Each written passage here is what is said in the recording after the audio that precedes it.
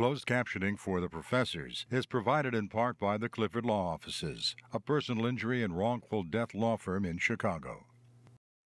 If you have little kids, do you worry about them watching too much TV, spending too much time online, or playing way too many video games? And what are the long-term effects of all that viewing? That's the focus of our discussion today on The Professors.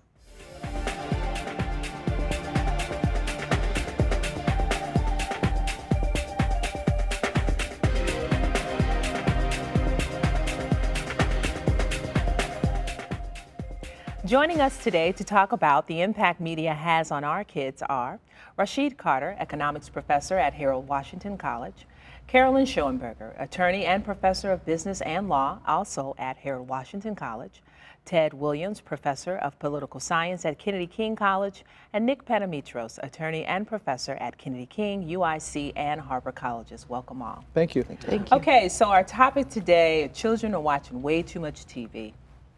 And what are some of the effects? Ted, you are ready to go. Well, yeah, I am ready to go because I think that is sort of a common sense idea. I mean, we all kind of intuitively know that children watch too much TV, but the research is showing that what is happening is that there is an increase in children having attention issues, attention deficit disorder, and hyperactivity as a result. The average American watches approximately 35 hours of TV each week.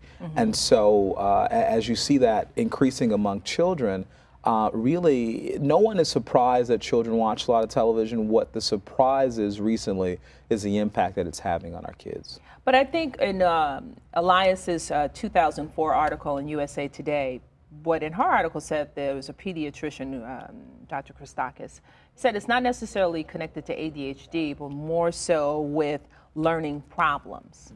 What I'm wondering is do you guys feel the same way?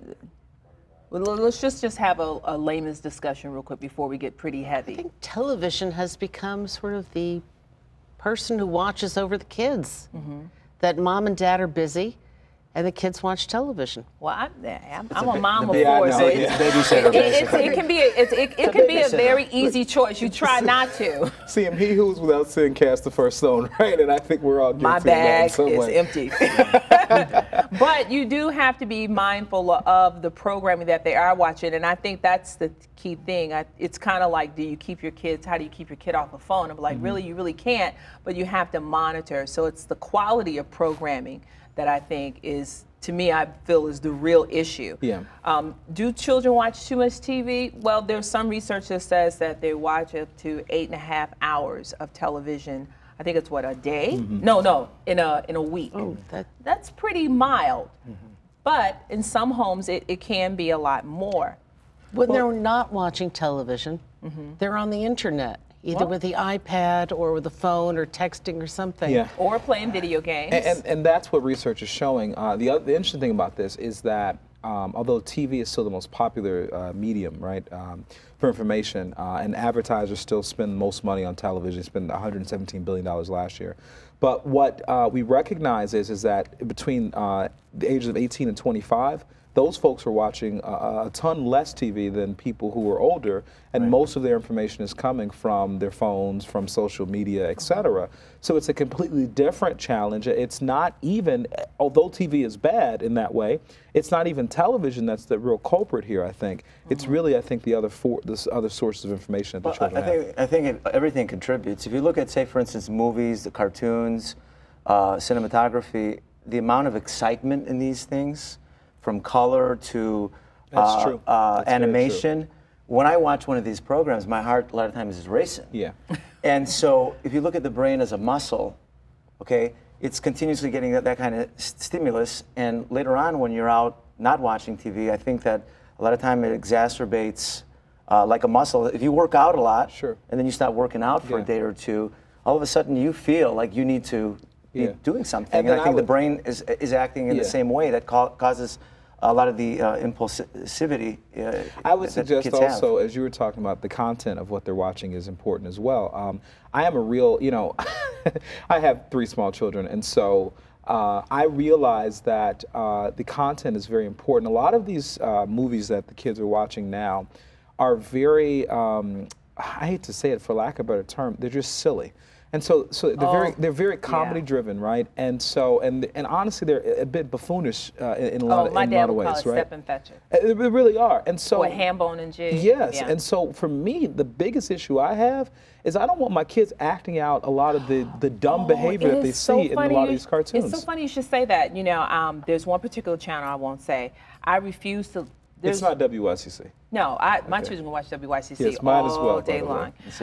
All day long. Actually, they do, believe it or not. No. To watch Mom, of course. No, not even to watch me. You know, Replays they of like Mom. biz. Like my children really love biz kids. So we have really brainwashed our children to like those things. So they like biz kids. They like National Geographic. They're just nerds like that, and I love it, and I want to enjoy it as Now long they as I can't watch can. this particular show because you just said you brainwashed them. Yeah, I told them they can't watch this show because then they go back and they start running their mouths at school. Absolutely, exactly. But what I wanted to say was there are certain channels that we noticed that we just pulled back from because the children started becoming very slapsticky Absolutely, and yes. cynical with each other. And I Absolutely. remember one day I was really livid with one of them, and I said, look, dude, there's no soundtrack right now. There's no laugh track. It's not funny. You're being awfully disrespectful, but I managed to put two and two together.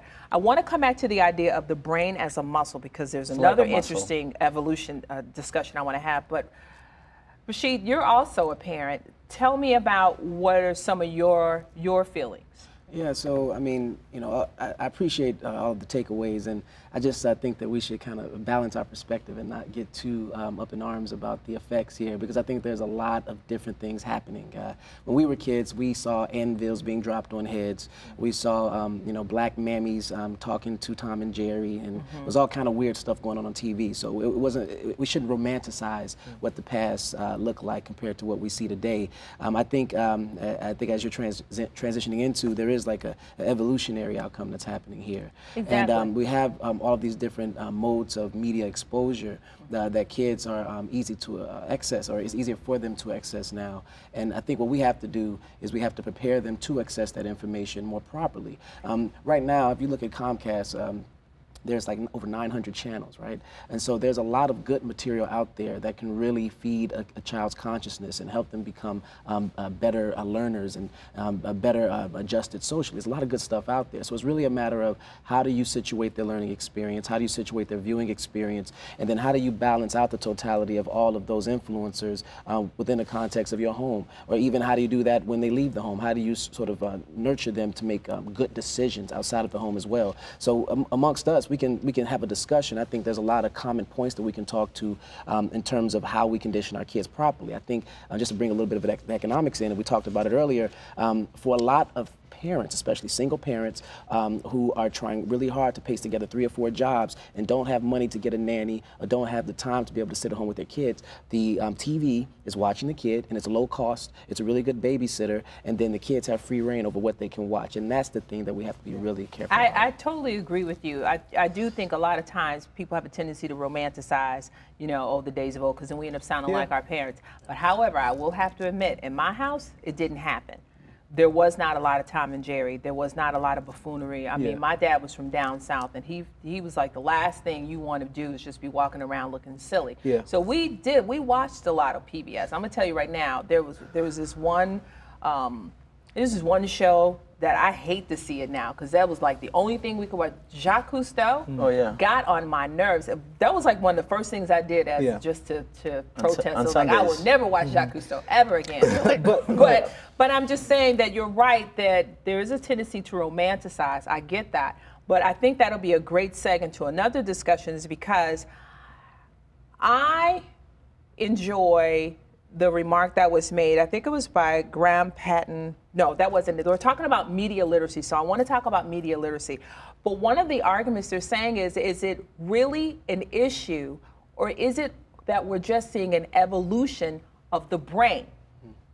Where now the children, because they see the stimulus, you're saying it's the brain is a muscle. It's like a muscle, has it now evolved? And so is it really the children that have a problem, or is it the curriculum that's the problem? Does the curriculum need to catch up to the type of learners that they are? Especially when we talk about the project about the 21st century learner, a really good project. I will even get on my soapbox and say this. Anytime someone wants to talk about curriculum and changing the curriculum and the standards, you lose me the moment you tell me you have not read the trope about the 21st century learner. Because it talks about there's a basis of the core, the traditional core, math, science, et cetera, but overarching there are 3 other larger areas, and one of those areas is information and media literacy. And when it comes to media literacy, I swear to God, I sound like I'm preaching now, but I got to get it out. Media literacy is the ability to teach the children how to analyze, to actually control the interpretation of what they see. Now, what say you? I think it's critical when you're teaching. He's like, huh? When you're teaching business, you can't not teach media literacy. In fact, these students generally teach me the direct reads, the QRs, the little spots. Yeah. My students taught me about that, and I teach marketing. Yeah. It's absolutely crucial. But I think it is crucial. Yeah. But the other thing is with the whole media literacy argument is not only is it an evolution of the brain, are we teaching the children how to control the interpretation, but then some people will try to say, well, does that mean that children are now going to read books less? But Sam, you know, I think that's wrong. I think that with the advent of all of the iPad, that you see people are reading more. Actually, the research That's shows what Actually, the research shows that children are reading books less because for the information that they need, they do not need to spend time going through a book. They need to just take 5 seconds to type in, some search topic, and that's it. And so what you're finding is this, and I'm not saying this is necessarily bad, but the reality of the world we live in is that there's so much information. It's very hard to keep people's attention. The children that we're dealing with, they've got, once again, a variety of platforms, and it's a different learner in a lot of different ways. They're calling them stimulated, saturated. Are they early multitaskers? Yeah. Are they hyper-connected? And multitasking is a huge issue. They don't feel as if there's a need to memorize less because you can immediately look things up, which goes back to one of my pet peeves. And that's not necessarily a bad thing, though. It's not a bad thing, but I've always said, here's my librarian stance here, reading is fundamental, but comprehension is everything. Sure. And so we're getting to the point where it is completely necessary to enforce critical thinking. But is critical thinking really that natural for species that were hunter and gatherers?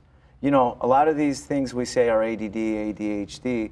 If you look at, if we were in a group and we were hunting and gathering, a person with ADD being more, moving around might be the scout, might be the person that's protecting the group. And so a lot of the genetics that's behind this, perhaps, what we're trying to say is, okay, this new stuff somehow is part of our evolution. And maybe it's not, because it's a lot too soon, too quick. I don't think so. I mean, we're looking at the way media is evolving, and it's not just TV. Like you guys were saying, we're talking about being on the computer, we're talking about video games. So there's a lot going on here. But it's not a natural thing. I mean, animals. Well, there was a time when people said books weren't natural. Yeah, but most of the things we do in our culture and that would are not be natural another thing, of course. In that way, yeah.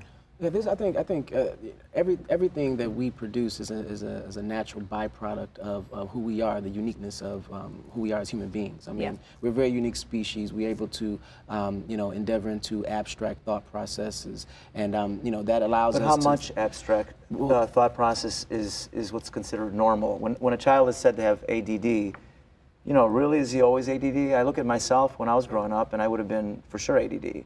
Right. And I think I'll be honest with you, I do have a little bit of a problem with the diagnosis. surge in diagnosis of ADD and ADHD. Yeah. The box. This person has ADD. Yeah. What is it really? But I think right now, I mean, we're having a really good discussion. And I think the thing that we definitely need to recognize is that there's a lot of unknowns now because we've never been here before in the history of us. We've never been to a place where we've had all of this technology. We've had kids with with an ability to have have access to so much information at one time. And I think the thing that it's what we have to do is we have to equip them, as you were saying, to be able to filter through this information and see it the right way, to be able to grab onto the things that are going to feed them properly and nurture their proper development, and then how to kind of let loose of the things that are not necessarily good for their development. So I think it's a good opportunity. The Kaiser Family Foundation, they did the study, and it showed that kids are basically smarter. And I think what that speaks to is the fact that they're they're holding on to more information. So it's really a function of how do we go about situating pedagogy and all aspects of how we nurture our kids, so that they're able to use this technology and these different media resources to make them better people ultimately. Because if we don't, what we see is, I was at my kid's school yesterday, and some teachers were talking, and they were talking about how the 8th graders, when he assigned them a project, they were doing presentations, and while they were doing presentations, they were Googling information as they were giving the presentations, because they didn't want to memorize, because they knew the information was right there. And so it kind of basically handicapped them in their ability to kind of think critically. So those are the sort of things we have to think about. But on the flip that's side, a management thing. That's you put your iPad down there and you give your presentation. But why should they, though? That's the real, why should they? That's So I mean, true. the information is there for them. So like, for instance, in my class, what has been happening recently, which I think is hilarious and amazing, my students fact check me in class now. Oh, So if I come out with a political statistic, they'll Google it while we're sitting in class. Well, that's nice. That's interesting, because in librarians, we call that being an information jockey. And literally, while you're in class, we kind of like VH1 pop-ups, or put it on the screen, but like, well, actually, is it this, is it that? But I think that's a wonderful opportunity to seg into getting into information literacy, because just because you Googled it and some different fact popped up, does that make it right? Sure. You know, so you have to be able to say, okay, how do I authenticate the person that's responsible for delivering this information? So now we get into the realm of what does it mean to be information literate.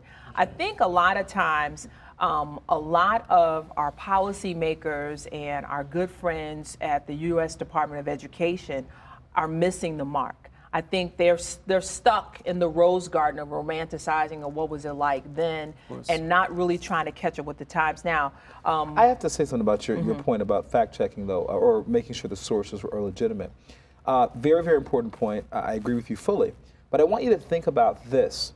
As we just went through a presidential election recently, and what you realize is that President Obama, Mitt Romney, every time they had a debate, you had a ton of people come out the next day saying, oh, that fact wasn't right, this fact wasn't right, that fact wasn't right. True. And so what we have to... It's the age-old saying, you got to consider the source. So, but the point is that if here's the point. If President Obama and Mitt Romney are making statements that you have a whole swath of the population that disagree with what their validity or not, then the truth is that, and not to get too, philosophical here, what is truth, right? So when you have all of them, but that is true. I can come up with a lantern you could borrow. What did you say? You have what? A lantern. What you're saying is right, because even the fact checkers, the conservative side of the aisle was saying that the fact checkers were wrong, that their facts weren't right. Exactly. So what facts make sense? And what we have and that's now, confusing for people. So we have to. So there's always a need to create standards, and I think that's the thing we're trying to fish for now. What are the proper standards that we need to create in order to rein in all of this information? But those are the standards. It's the 21st century learner, and everyone really needs to read this when they're talking. The moment someone says they're going to revamp the curriculum, you lose me the moment you say that you don't understand what a 21st century learner is, because that's pretty much what we're preparing our 21st century learners. And I think a lot of times in our traditional, what we've got going on, there are some schools that get it right. But the issue is that we don't need some schools to get it right. We need all of the schools to get it right, because that's called leveling the playing field, right? And I think it feeds into other greater conversations that we have on the national landscape, right?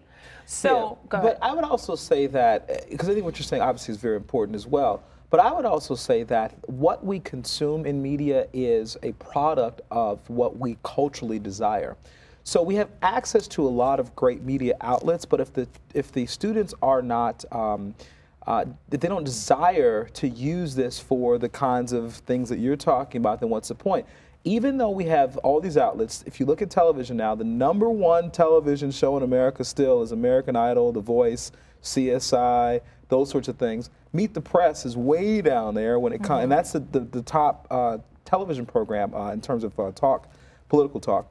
So what you find is that even though we have all this access, people are not necessarily, older people or younger people, using it predominantly for the kinds of educational resources that we're talking about. Because it can be entertainment, or it could be for learning, and so it's two different categories. There's another fact. Sure.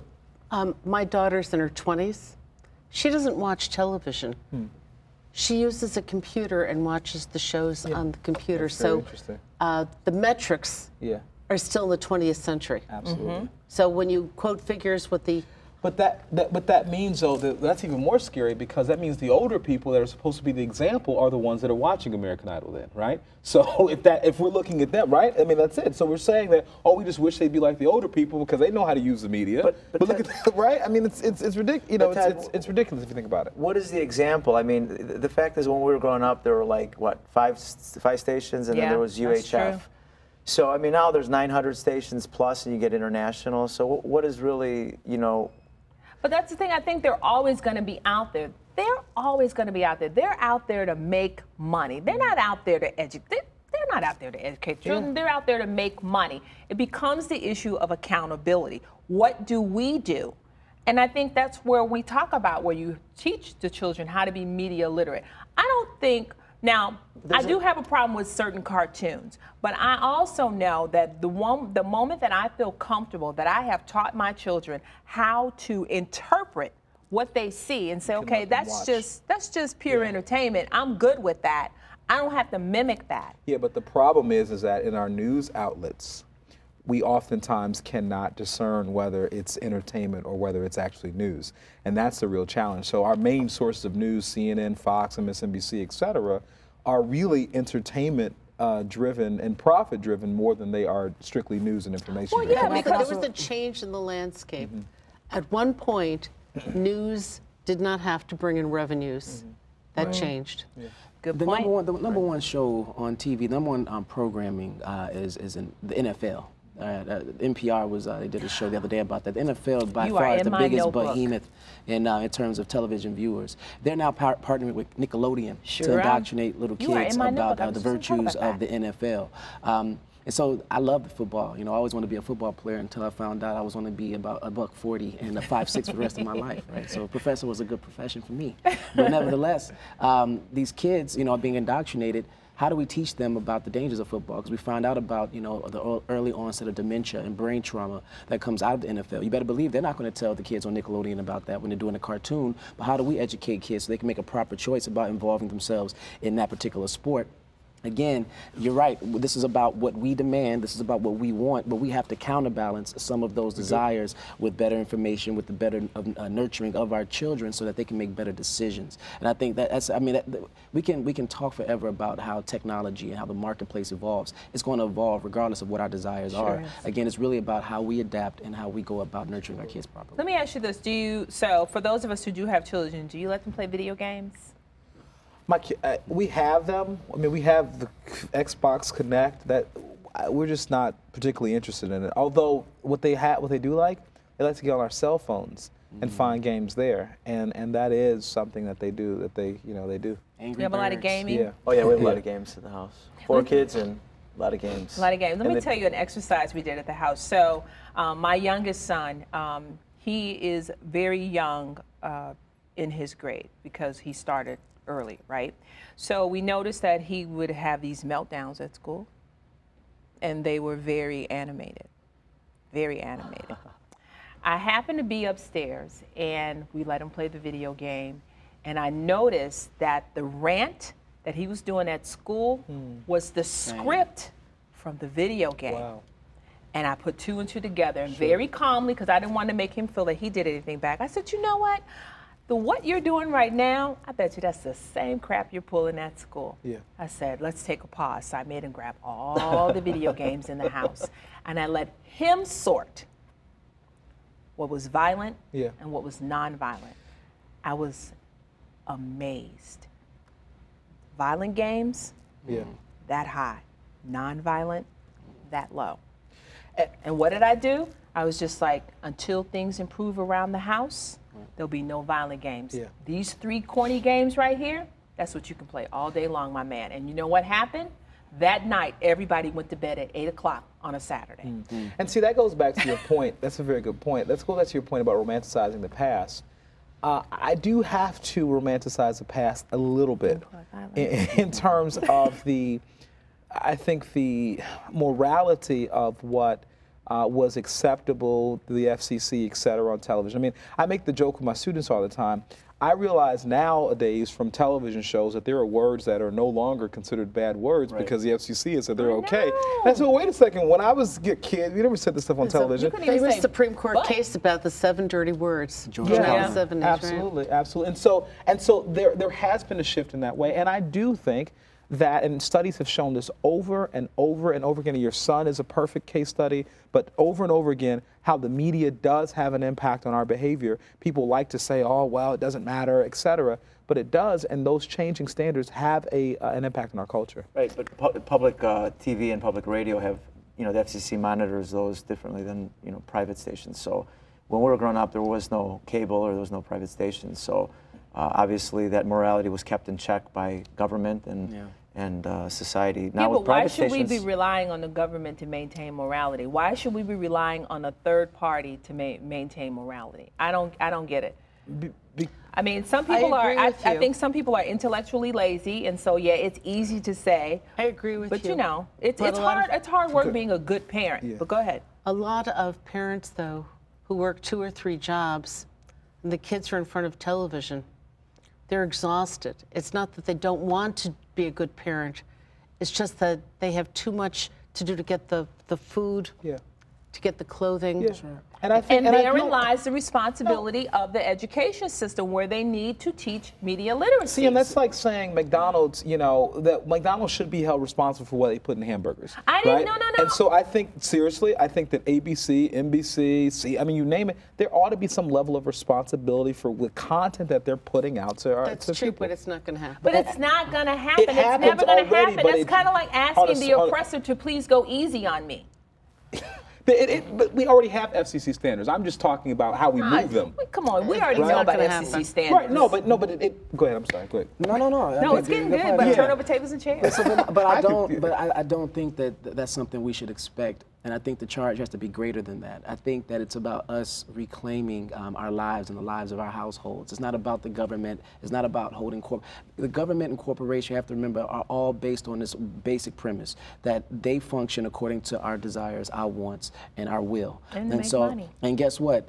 You see more curse language on TV. But guess what? In our society, we're not as conservative as we used to be. We use a more, let's just say, interesting language nowadays. But I don't necessarily think that's a bad thing, though, right? I want my kids to know about all of these things that are out there so they can make proper choices. Again, it's about making good choices and analyzing situations and how to situate oneself. And I think it is in the classroom where they're learning.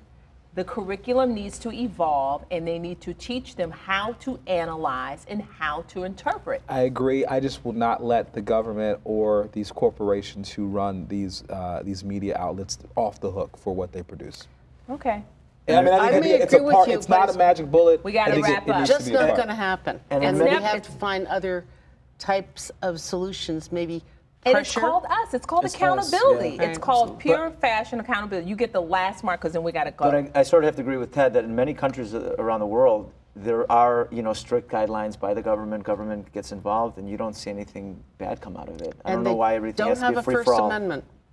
Roger that. We do. Well, that's our show for today. Join us next time on The Professors. Very good, you are.